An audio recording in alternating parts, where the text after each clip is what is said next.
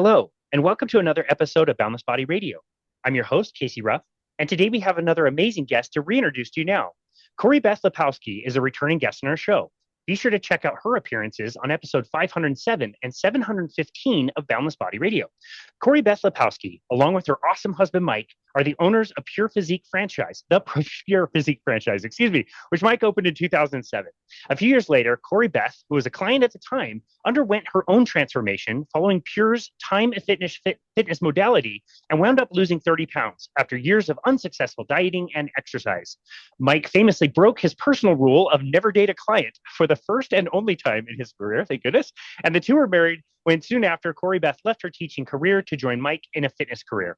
Together with an amazing team, PURE has since grown into a fitness studio franchise and an internationally renowned coaching program. They are the hosts of That Fitness Couple podcast, where they share the lessons they've learned along the way to achieving healthy hormonal balance, high energy, mental clarity, peace, and a lean, strong body. They are also joined by top professionals and experts in these areas to help you achieve your best health. Corrie-Beth Lipowski, what an absolute honor it is to welcome you back to Boundless Body Radio. I'm so excited to be back here, Casey. Thank you for having me. A huge smile on your face if you're listening and not watching. Did you just do a thing? Did you just do something?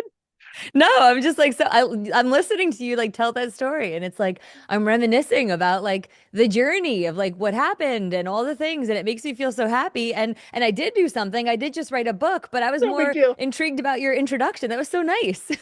Uh, the thing you just did is write a book. I love the email that you sent out. It was like, "Hey guys, I just wrote a book. I put a book out there." Like, what? Where did this come from? That's amazing.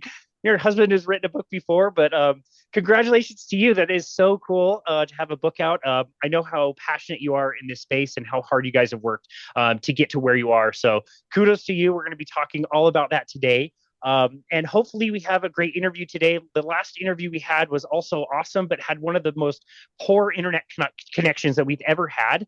I remember at one point, like the Zoom would skip every like 5 minutes and would pause for like a good 10 seconds. And I remember we were like 40 minutes into this, kind of frustrating conversation and trying to understand each other. And I asked a question and it froze right in the middle. And this is so Mike. This is perfectly Mike, but it is in his perfect Mike voice. He pauses, waits, no question is coming, and he just smiles and goes, "I didn't hear a thing." Yes. That was a very trying interview. I do want to give us kudos for the patience that we experienced and exercised on that one.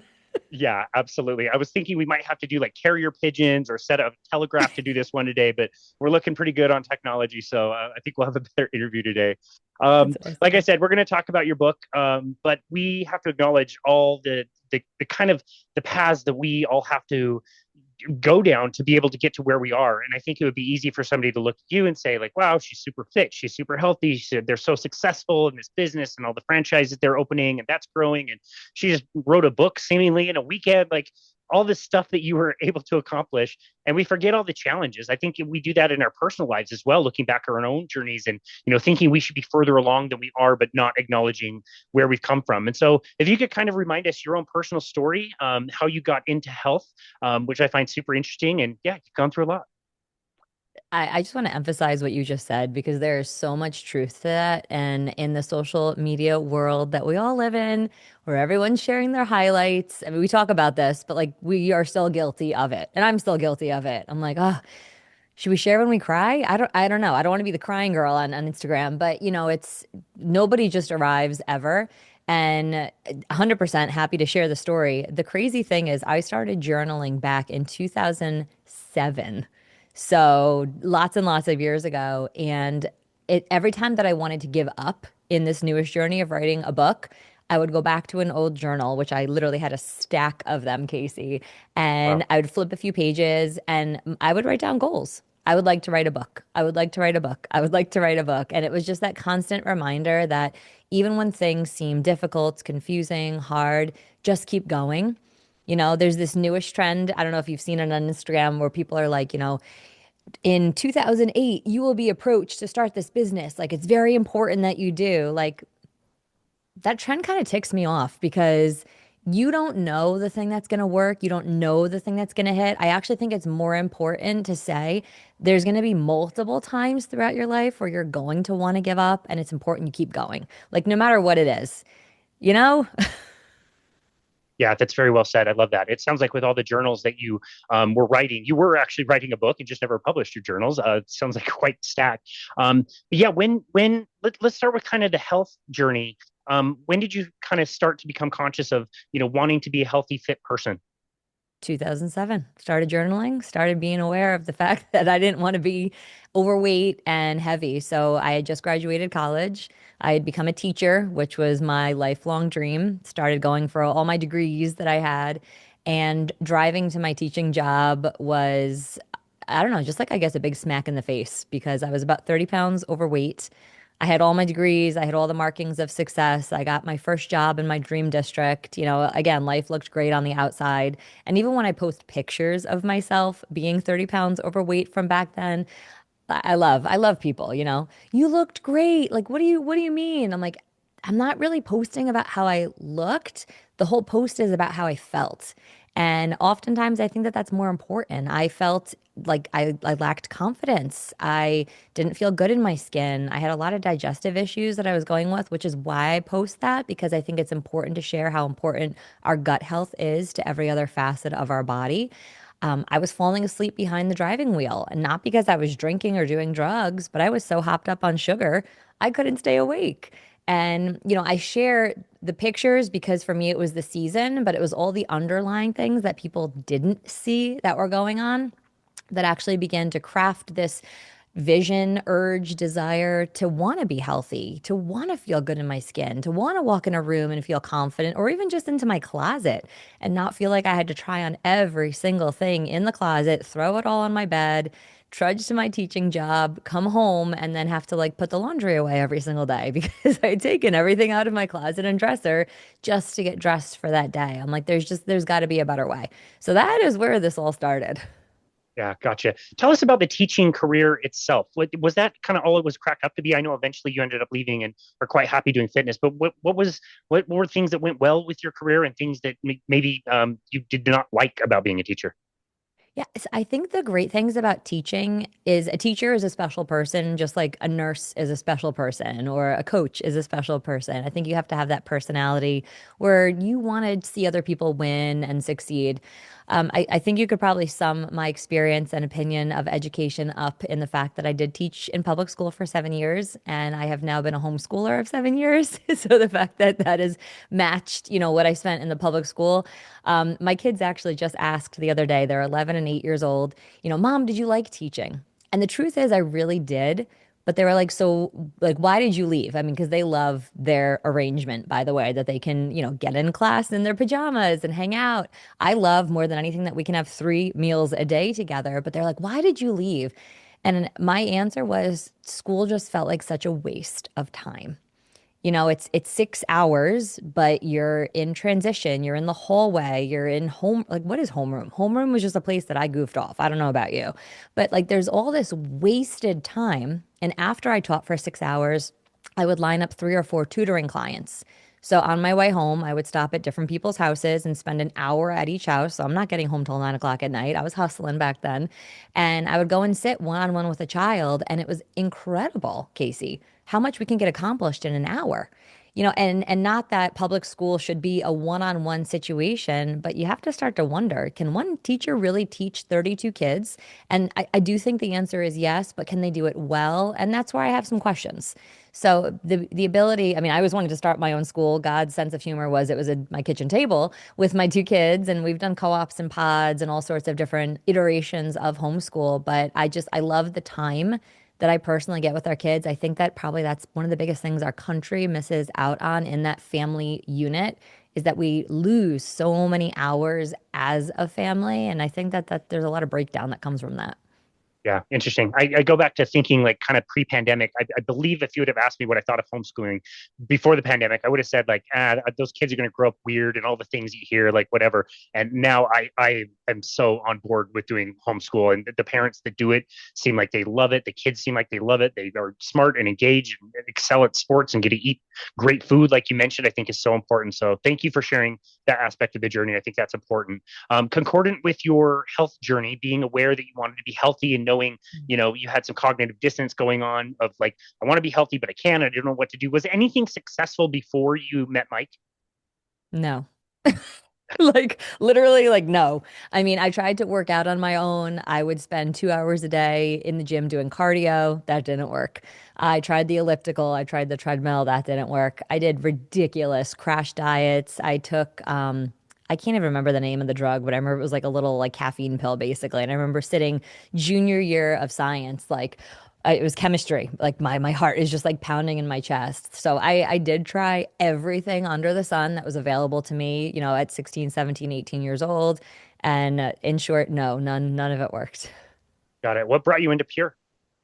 Literally driving by this gym on my way to my dream teaching job, I was really fascinated by the headline that he had at the time. It was half the time and double the results. I'm like, well, that sounds like something I could get on board with. Like, you're going to save me time and you're going to get me more results. Of course, I didn't believe it for a second. But when I went on the website and saw one of my college friends was one of Mike's trainers, I shot a text, I got an appointment, I got in, and literally within 30 days of lifting weights for the first time in my life, strength training, I'm like, oh my gosh, I got some definition in my like I literally everywhere I went, I was like, look at this. I was so excited that I finally saw something change because I never had before.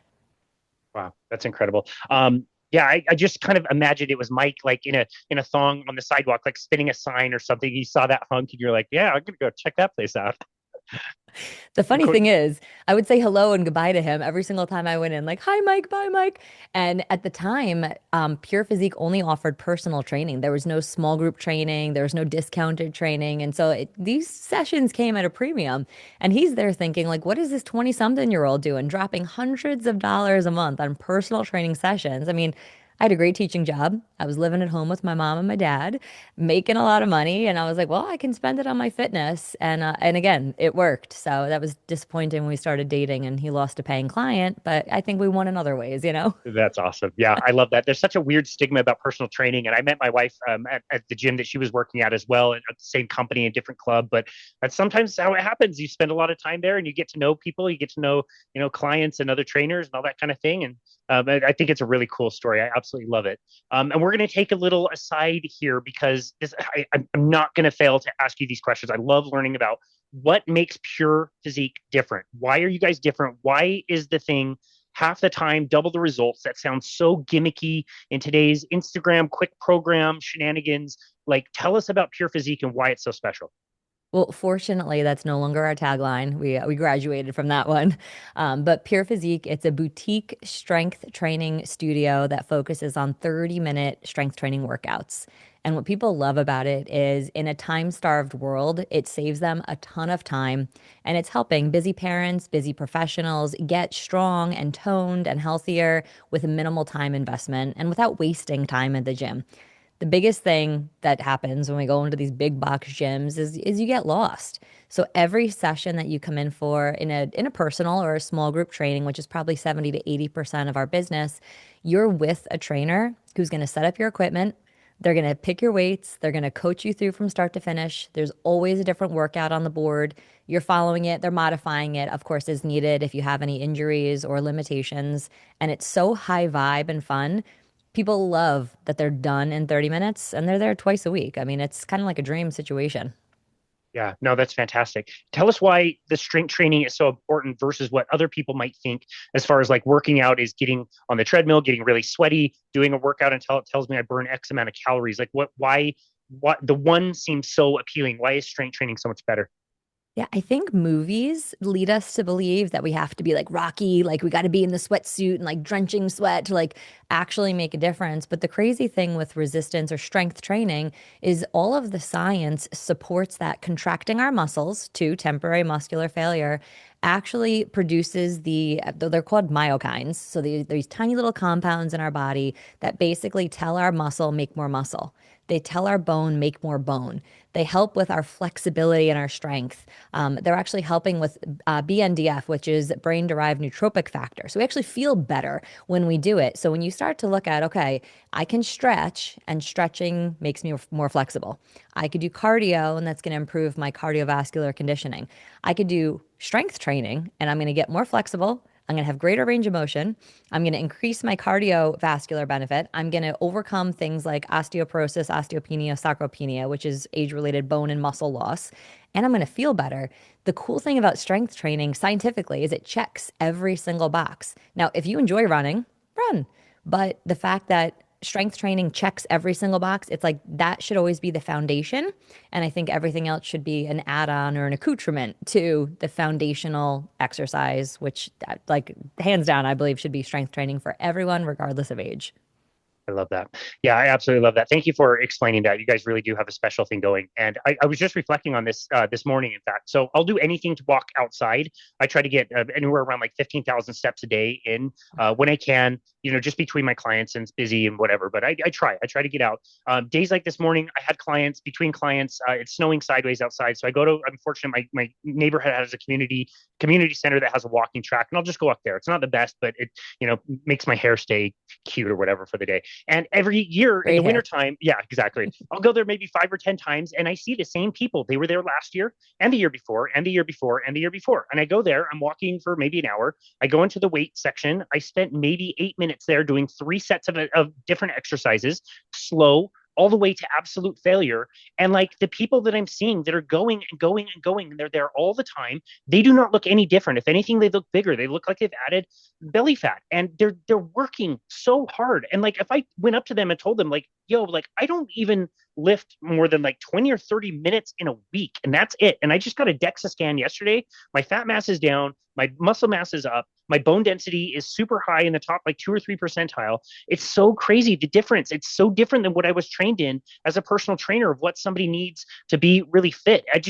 It's so interesting to reflect on that. And you're so fortunate that you decided to walk in the place that you walked into, because you could have just as easily walked into, another boutique that was like high intensity, interval training that jacks your heart rate and doesn't really do that much.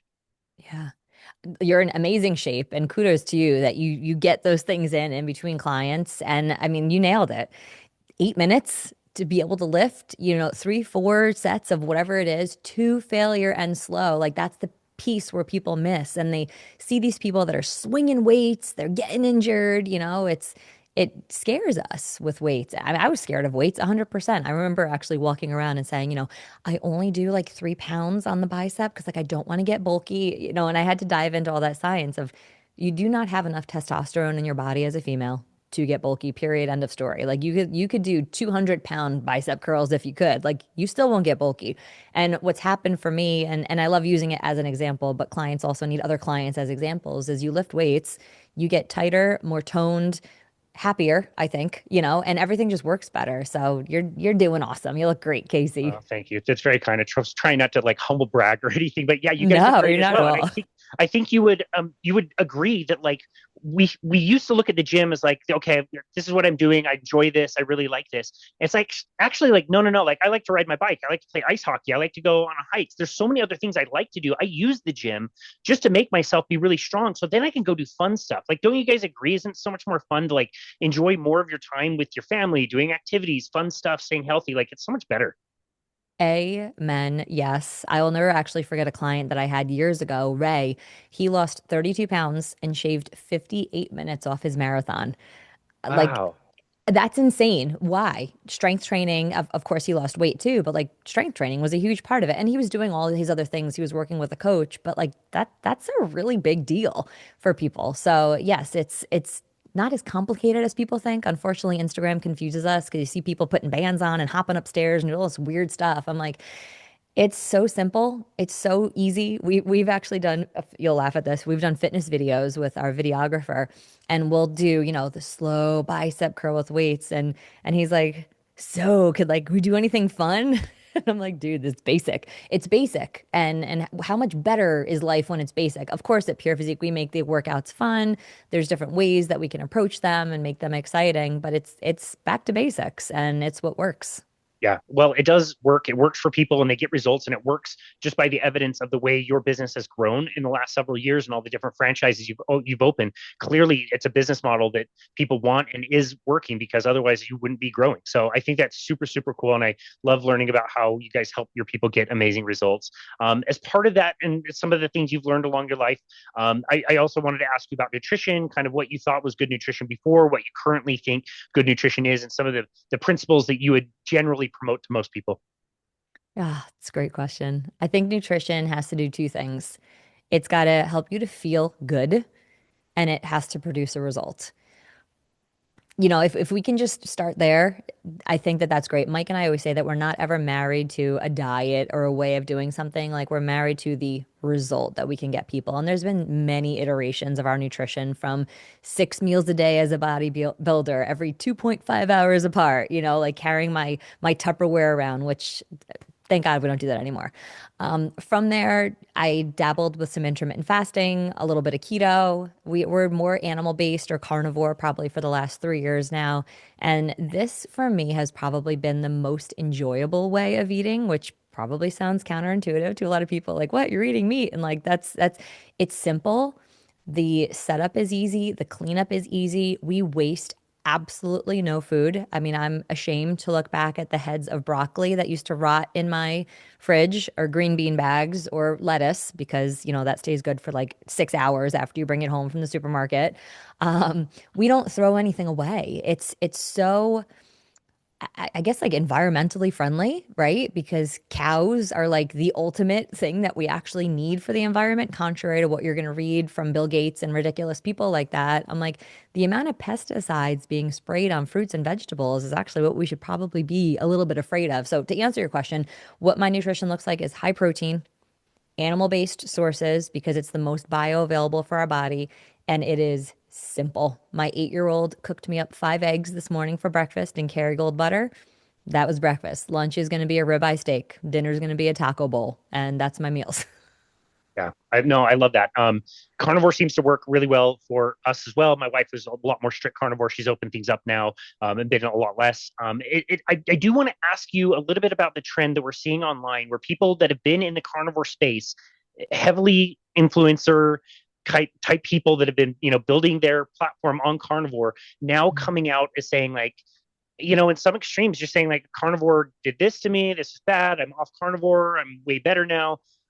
I am of the opinion that like whatever you want to do, God bless. I think that's amazing. But do you have any particular thoughts about that kind of trend we're seeing a little bit more of these days?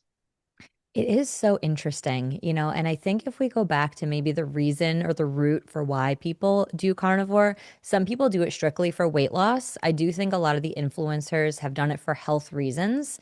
And the really interesting thing, which is counterintuitive to what current day medical system will tell you, is carnivore helped to heal their gut, whether it was leaky gut or whatever they had going on. So to open back up to other things, again, is it producing a result? And do you feel well doing it? If they can bring a little bit of fruit or honey or something back in, I don't necessarily think it's a bad thing. The one thing that I personally think are bad are vegetables because all of them are genetically modified and created. None of them grow in the wild. You can find berries in the wild. You can't find broccoli. That's kind of interesting. The more that I've looked at that, and I was a big veggie person for a long time, so no hate, but I literally had a memory on Facebook today. It was like my spinach and kale smoothie. I'm like, oh my gosh, that's so crazy, right? And I have all these gut issues. It's so funny. But yeah, these people doing that, I think the core root and reason was to heal. And now that they're healed, they maybe can introduce foods that they couldn't before. And I'll just say, definitely animal based, but we got the kids this amazing New York style Sicilian pizza like 3 weeks ago. And I'm looking at this, Casey, and I'm like, I ate my protein meal. I had mussels and I had some wings, which is not straight carnivore, but it's all protein. And I'm looking at the Sicilian. I looked at Mike. I was like, I really want to try a piece of that. And he was like, do it. Like you can do whatever you want, right? So I take a little corner. I ended up eating an entire, like probably like a 6 inch by 6 inch piece of Sicilian pizza. I didn't get bloated. I didn't have an IBS flare up. Like I couldn't actually believe it. And I have not touched and probably will not touch pizza for another 2 or 3 years. I'm gonna leave it alone. But that was fascinating, where maybe it helps me to understand in the carnivore space why these people are like, well, I'm gonna open. I think they just feel better. They feel better and they can introduce that which they could not tolerate before. I'm not going anywhere from what I'm eating and doing because it works. I'm not going back to spinach and kale smoothies. But that was fascinating to me. Yeah. Yeah, no, that's a great example, and I love that. And all of us, I think, are of the same opinion of like whatever you want to do for you, do that. God bless you. Like that's what we want. We all want to be happy and healthy. I do get a little concerned when I see it is a lot of fruit, it is a lot of honey. What is that going to do to somebody like me? I still really can't dabble too much into sugar. I can do what you can do. Like if I had Yeah. a slice of pizza, or I had Thanksgiving food on Thanksgiving. Like I never eat potatoes. I had potatoes, and it was okay. Like it wasn't that big of a deal. Sugar's a little bit tougher, and I do wonder about the message of like you have to have fruit, you have to have honey. I don't know, that might be a little tough, but yeah, at the end of the day, it's just fun to ask people what their thoughts are of that. So thank you for sharing that. Well, I agree with you. I think for the people that can't moderate sugar, it's a slippery slope. It can be very dangerous. I'm one of those people. I'm not moderating. So if I start introducing all this sugar, I do think that I would probably end up sliding steeply down a hill Could of drop off a cliff. of cravings, 100%. So Yeah, you just got to moderate. yeah, Know thyself. yeah. I love that. Okay, so you have always had the idea to write a book. It's something you've been thinking about and putting in your journal for a long time. But there must have been some type of point recently when this was starting to become actually a reality. Can you tell us about that process? Yeah, I was approached by a very good friend who's big in real estate down in Texas. And she was like, listen, I'm putting together this book. I want to take the stories of 12 authors. You are one of the authors that I want to share a story. She's like, I feel like your story is very powerful. And I'd really never shared it publicly, pieces of it. And she said it's going to benefit. This is where she got me. She's like, it's going to benefit sober living and the sober living house that I run here in Dallas, Texas. And I'm like, oh, all right. Like this is not just, share your story, like you said, like to pump up yourself or anything like that. Like this is share your story for the purpose of building other people up, which is what Pure Physique stands for. It's we build people up. For the purpose of helping them to overcome whatever is going on in their life. And it's going to benefit a good cause. It was kind of like, to be honest, I still didn't want to write the book. I had so many fears about normal things. What are people going to think? What if they didn't know this and now they know this? Are they going to treat me differently? I don't know that I really want to share this. And so the first iteration of this was like, I just vomited every single thing that ever happened to me in my life up on paper. And I sent it to the publisher, and they were like, whoa, this is a lot. And so we started to whittle it down and whittle it down. And I almost think of it like a big granite statue. Like we just kept chipping away at this story. And they were so amazing in helping to start to put the pieces together that every time I wanted to give up, it was just that reminder like, this is actually not about you. It's not about your story. It's about helping someone else through their story and their journey and what that looks like for them. Like, just keep going, just keep going, just keep going. And when it finally arrived, there's so much that got cut that actually made me feel so good of what did get shared because I do think it's going to be really empowering for a lot of people to read. Wow, that's amazing. Who was the publisher, by the way? The publisher is Pink Fix Productions. The head is Jessica Weaver, and we just had her on our podcast. She is an Oh, nice. absolute powerhouse love, and her whole vision for Pink Fix was to literally help share stories of people that may not be a celebrity or a movie star or someone that's famous with the intention of helping other people through their journey of life. Got it. Okay. So when were you first approached? What time was This this? was back in the summer. I remember sitting on the beach, listening to this call of like what this whole thing was going to look like. And I'm like, I don't know if I want to do this thing. I don't know if I want to do this project. And so it was about a 6 month process, which was wonderful. Book writing can take a couple of years. So the fact that all of this was condensed down into a time efficient way, I might be biased towards that, but it was very time efficient, like our workouts.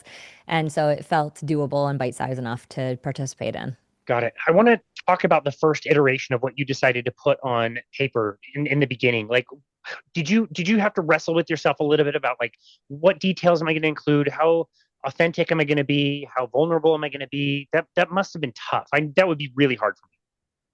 Completely agree. It was, I keep a note in my phone. It's called My Story. I literally just opened it this morning, which is so weird. And it was like, it goes through each year. We did this with either an Alex Hormozy training or something that we had gone through. It was like writing your story. It not only helps others, but also it helps to attract your ideal client. And so write down the parts of your story that helped to transform. So as I'm looking through all these parts of my story, I mean, I literally sat in front of the computer, Casey, and it was hours. I just typed and typed and typed and typed. Actually, let me actually back up. I woke up at 2 o'clock in the morning after getting home from the beach from that first call.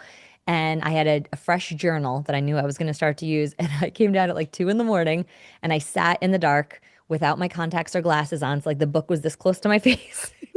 And I just wrote and I wrote and I wrote. It was like 26 pages. And I remember Mike came down. He's like, "Did you get up in the middle of the night?" I was like, "Yeah, I think I wrote my chapter." He's like, "You definitely did not write your chapter, but like, that's crazy." So it was just anything that just like flowed out, which is what they had said. They were like, "Just sit down and write and see what comes out." And it all came out. All of it. Like you feel like it was all the good, all the bad, all the messiness, all of it kind of came out on paper. All the messiness. Yup. Wow. Wow. And then, yeah, the process of cutting things down would feel a little challenging as well because, how do you take things out? I struggle with that every time I write up an introduction for the podcast. You know what I mean? And you have to decide, like, well, is somebody going to miss this if I don't include this? How am I going to fit this in? Yeah, what percentage of the whatever got published was left of what you originally submitted? Yeah, it's going to sound crazy because I think it's still such a powerful, poignant chapter, but we probably cut about 60% of it. Okay. And in that process of cutting it, I kept asking myself the question, um, am I writing this from a place of healing? Like, am I actually healed from this thing? The next question I asked myself was, how is this going to help someone else? And I shared in the original draft the story of losing my first boyfriend on my 16th birthday.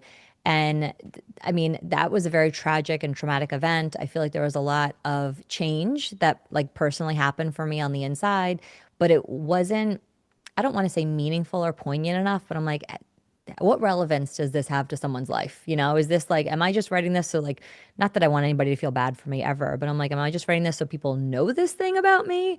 Or am I literally writing this to help someone else heal?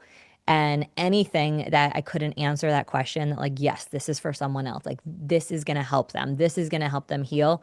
Cut.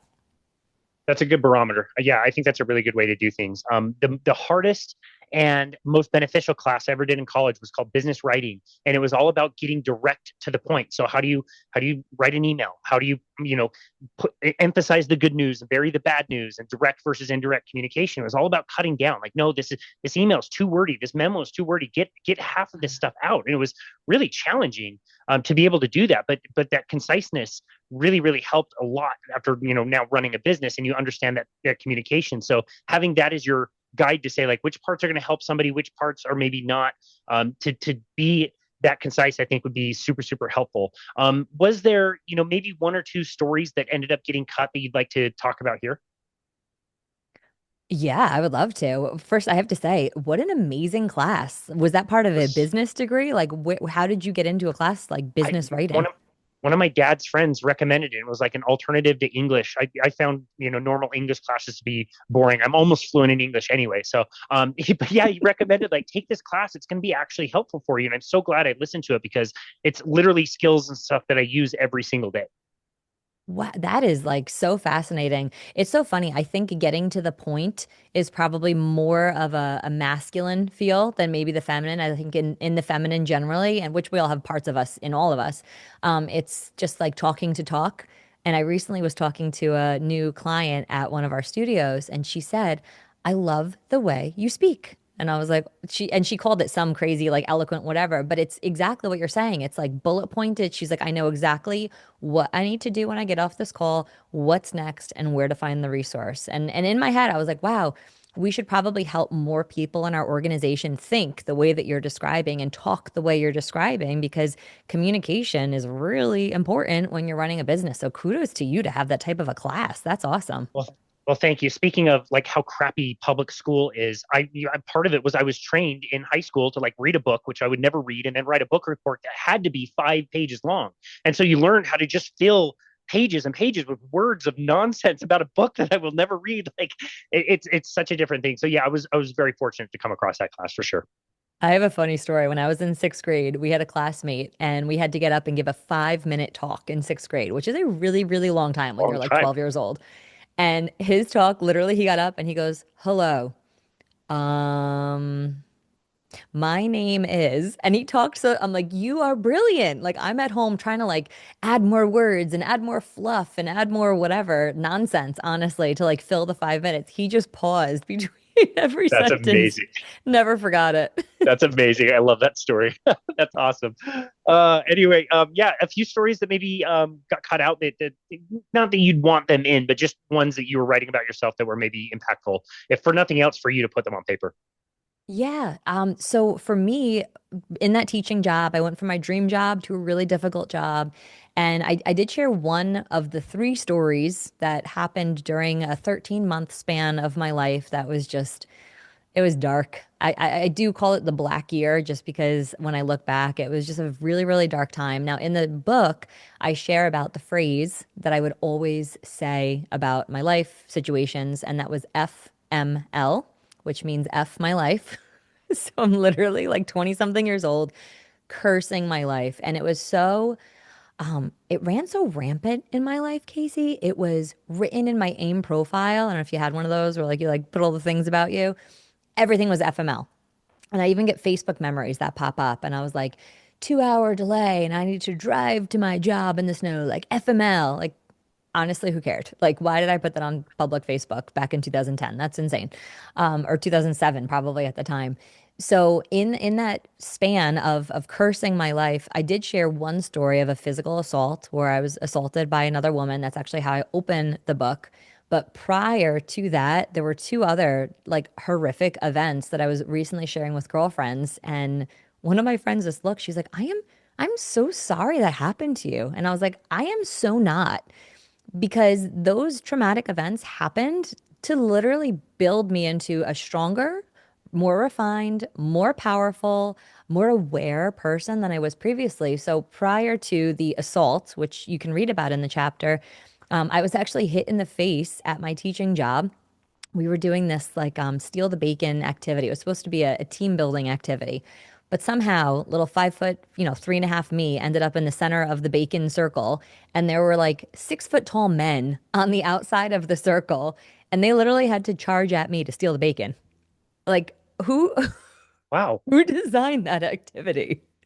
So of course there I am. Long story condensed. One of the guys grabbed another guy. They charge at me, and I took their shoulder to my nose, and it was just like it just hit and it cracked, and I felt like the entire gym of teachers literally just stopped and looked, and I was like, oh my gosh. And so we ended up, getting brought to the emergency room. My septum, which runs up the center of your nose, was totally collapsed, and so I couldn't breathe out of one of my nostrils, and ended up needing nose surgery from that, which sucked.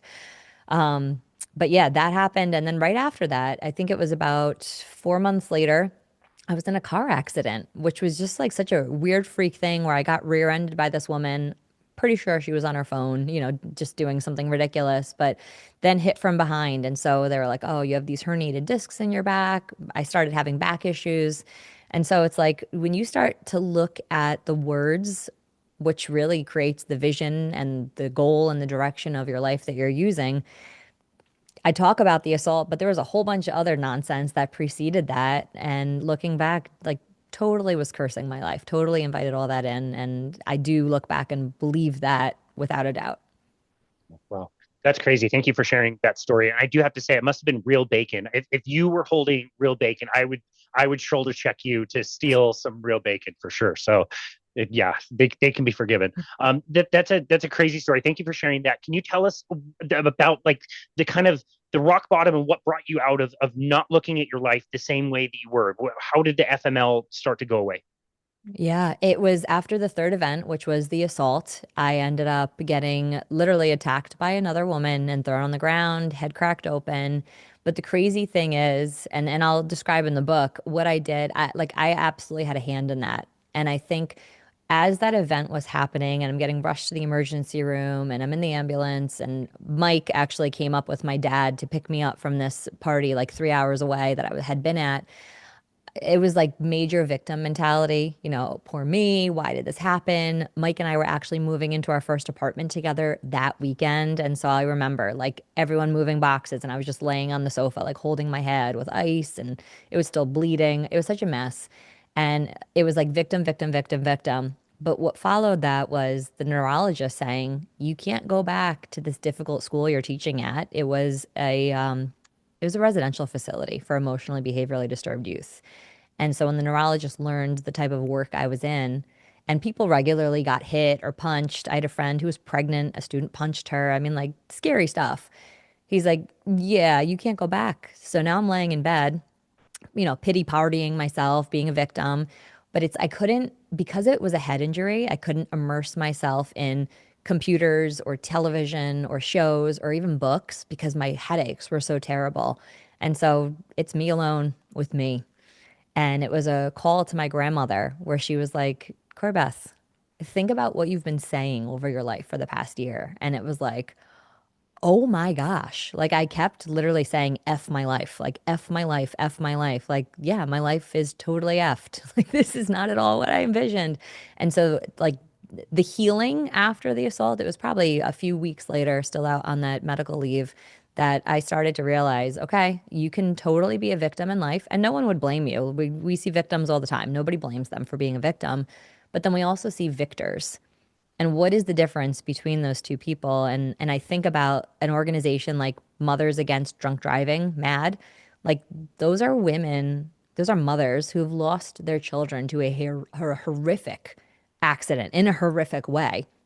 What is the difference between the mothers that go full on fetal position and stop participating in life and the mothers that get on high school stages and talk to rooms of high school students about drunk driving and really making it like there's a big difference between those two types of people, and there's a lot of different versions probably of that in between, but who do I want to be? Right? Do I want to be the one that is just crushed by this and let me just be a victim and my family will feel bad for me and that's how I can go through the rest of my life? Or do I want to be the one that actually gets up and makes change? And it was evident to me in that time. I want to be the one that stands back up. Beautiful. Yeah, I love that. I get chills every time I hear you tell that story. So thank you very much. Is there one other story of something you're very proud of that did make it into the final manuscript? Um, I wouldn't necessarily say I'm proud of it. It was literally like valleys that lead to mountains. So it's like you just had to be authentic and kind of put your stuff out there. I think what I'm most proud of is the way that Mike and I have worked together through all of the valleys. He was in my life for the assault. He was obviously in my life when we lost a child together. And the fact that we've been able to use those not as sinkholes in our life that we fell into, but rather springboards into a new season of impact and love for other people.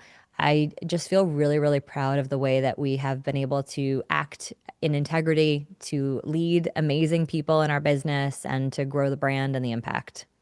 Yeah, wow. As far as some of the other authors of the book, is there any that really stand out to you? Other special stories, special people? It doesn't have to be the biggest stories or whatever, but anything to you that was really kind of special?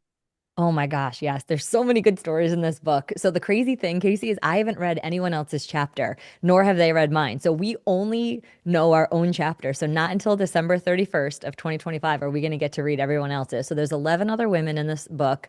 And the one who really put the project together is Danette Galvis. And Danette has an incredibly powerful story where she was not sober. She was basically stricken with alcoholism and was able to overcome that. So she rehabbed. But the really cool thing is that she didn't just go on to rehab herself. She also has created a rehab house, a sober house where women can come and get back on their feet again. And she prays with them and provides workouts. Actually, Pure Physique is a sponsor of one of her houses that we provide our online workouts for the women there. They have access to them. And she actually is in real estate now. So her whole platform is about rehab, but it's rehab from drugs, but it's also rehab of houses. So her everything is rehab her, like her herself, which I think is so cool. And then of course there's Teresa Todd, there's Kat Sorenston. She's actually got a really famous Instagram handle, Sober Cat. She's got an incredible story. Jessica Weaver, Megan McDermott. I don't want to leave anybody out, but my goodness, the women in this book have incredibly powerful stories and so diverse, which is what I really think is beautiful about this collaboration. Yeah. Okay. So obviously, this book is written primarily for women trying to get sober. Is that correct? Women overcoming difficulties. So the Okay. book itself will benefit women trying to get sober, but that's definitely not everybody. It's not my story, and there's many women in the book that it's not. So it's more for anyone that's going through anything difficult in their life, which probably is everyone, and just stories of inspiration of how each of us overcame and continues to overcome with the hope that it'll inspire them. Yeah. Got it. Well, in that sense, it sounds like it would be helpful for men and women, anybody out there who wants to hear some inspiring stories of people going through major obstacles and coming out the other side. I would agree with that. Yes. That's awesome. Wow. Well, it's so cool that you got to be involved with that project. Is there any other writing you want to do in the future? I mean, I don't know if I want to put it out there, but I guess I'll say it. I've always had the dream to write my own book. So this was such an amazing stepping stone. And I just wanted, this is akin to fitness. Maybe you don't go all out and reach your goal. There's milestones along the way. And, as humans, sometimes we look at this like big vision down the road and we get overwhelmed by it. And then we get paralyzed and we can't take the steps towards it. This was such a great little milestone to be able to hit. Okay, we did it. I'm a published author. The book hit bestseller. Like all these exciting things happen in this process. So if you've done something, and this is for anyone, you've now proven to yourself that it's possible to do. Or if you haven't, someone else probably has. So it's possible to do. Then you can do it again. And so I definitely do have a vision to write. I don't know if it's going to be a book, a story, a devotional, personal growth, development, but there's definitely something else that I would love to publish, just again, to continue to help other women think differently and less emotionally about the situations we encounter in life. Amazing. Yeah, that's amazing. That will be an incredible resource for anybody out there. Do you, according to your vision, will it be on a particular topic that you'd want to discuss, or just kind of generally overcoming challenges? That's a great question. You know what? I've always been fascinated from age 8 on why we think the way that we think. In fact, when I first got my driving license, I drove to Barnes and Noble and I read Robert Kiyosaki's Rich Dad Poor Dad from cover to cover. And then, of course, when I was done, I was like, should I pay for this? Like, I don't know what to do with this. But the contrast of the rich dad and the poor dad, I was like, wow, that's so interesting. And one wasn't more blessed or skilled or lucky or anything else. It's a lot of it had to do with the way that they think. And so I've always been fascinated by thought, which is probably such an overused term. Everyone's like, oh, your mindset, your mindset, your mindset. But if we literally look at the way our mind functions from a biological level, that there's brain plasticity, which means you can change the way you think, you could change the way you feel, you could change the way you react to things. Like our neurons literally are ever changing within our brains. I always want to help people to think differently because I see so many people, myself included, we just get lost. It's like, oh, we beat ourselves up, we get stuck in a pattern, we hide, we we hide. Like we have to stop hiding. Well, you would be the perfect person to write that book, and like I said, that would be an amazing resource for people out there. And then, yeah, any future plans for Pure Physique direction you guys are going? Like I said, seems like you've added a lot of franchises and are planning to continue to expand. The answer is yes. We definitely want to expand. I mean, our vision is for 300 locations here on the East Coast. So we are currently at 7 signed, 5 are open, and we do have a couple more in the works. Nothing is signed yet. So it's like until it's there. But the neat thing about the way that we didn't even realize that we chose to grow was in a really sustainable way. You'll see big numbers thrown up on a board like, oh, this location, like they got 50 signed or they got 100 signed, you know, but you have to grow in a way, kind of like weight loss, kind of like business growth, kind of like a podcast. It's like one episode at a time. You can't just put out 1,000 episodes. Like, what's the quality of them going to be? And so, the way that we learned that we grew from our franchise coaches is, organic is great. And the fact that all of our owners actually started as clients or trainers says a lot about the validity of what we're doing and the success of it. And so, yeah, we have a very measured approach for adding about 7 locations in 2026 so that we can get ourselves to 14 or 15 units. And then from there, you slowly adding in a really thoughtful, intentional, sustainable way because I want them all open. I want them all thriving. I want them all successful. I want them all impactful. And yes, eventually we will get to 300. Amazing. And I know you have wonderful people that you work with, but it must have been horrifically challenging to hand over the first set of keys to somebody else other than you guys. That must have been really hard. I think it was harder for Mike, you know? I mean, this is Oh, like his baby. I got to come yeah. into it 2 years in and again, work together with him. Um, yeah, it's an interesting thing. You know, franchising is interesting because like a Subway or a McDonald's, you want to walk in and you want to have the same experience. And of course, our humanity makes it like, I want to put my little spin on this. And in franchising, you have to follow the process. Of course, your personality is going to make it different. The trainers are going to make it different, but it's got to be what it's got to be. I would say our first two, they were great in the sense that they're great owners. They understood that the workout had to be the same. It helped that they did start as clients, and so they wanted to emulate that. But franchising is quite an interesting animal. Sure, you've got some good stories there for another day for sure. Yes. This has been an amazing conversation, Corrie-Beth. You guys are awesome, and like I told you offline, I feel like I've known you guys for many, many years. I just really respect your work. I think the work that you do at Pure Physique is amazing, and it goes beyond helping somebody be strong. Like when you're building somebody up, there's so many different ways you can look at that, and I just really respect the way that you guys approach that phrase and make that a big part of what you guys do. And I'm so happy for you. Congratulations on the book. The book is called She Nailed It, I believe. Is that correct? Yes. Thank you so That's much. awesome. Yeah. Well, thank you for taking the time to come on our show today. And congratulations for doing all of that work and growing the business and everything you've gone through to be able to put that out there for people to really help other people out there is really amazing. For now, Corrie-Beth, where can you tell people to go to find you and connect with you in your book? And be sure to tell us where we can find the book as well. Oh, Casey, you are just the best. I love what you do on Boundless Body Radio. I feel the same way. Like, I can't wait to ski with you. We definitely got to get that date on the calendar soon. You're such a light and an energy. I love the way that you approach episodes and guests. You're a great interviewer as well. So, for anybody listening, like, you got to get on the show. Hopefully, you know, he'll let you on the show.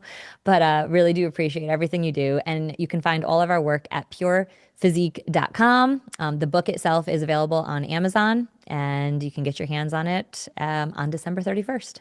That is phenomenal. We will link to all of that in the show notes. And thank you so very much for the kind words. I know they're sincere coming from you. And yeah, just love you and Mike and really respect the work that you do. And I'm so happy for you. So thank you so very much for taking the time to come on our show again today. We really, really appreciate it, Corrie-Beth. Thank you for having me. It was a pleasure.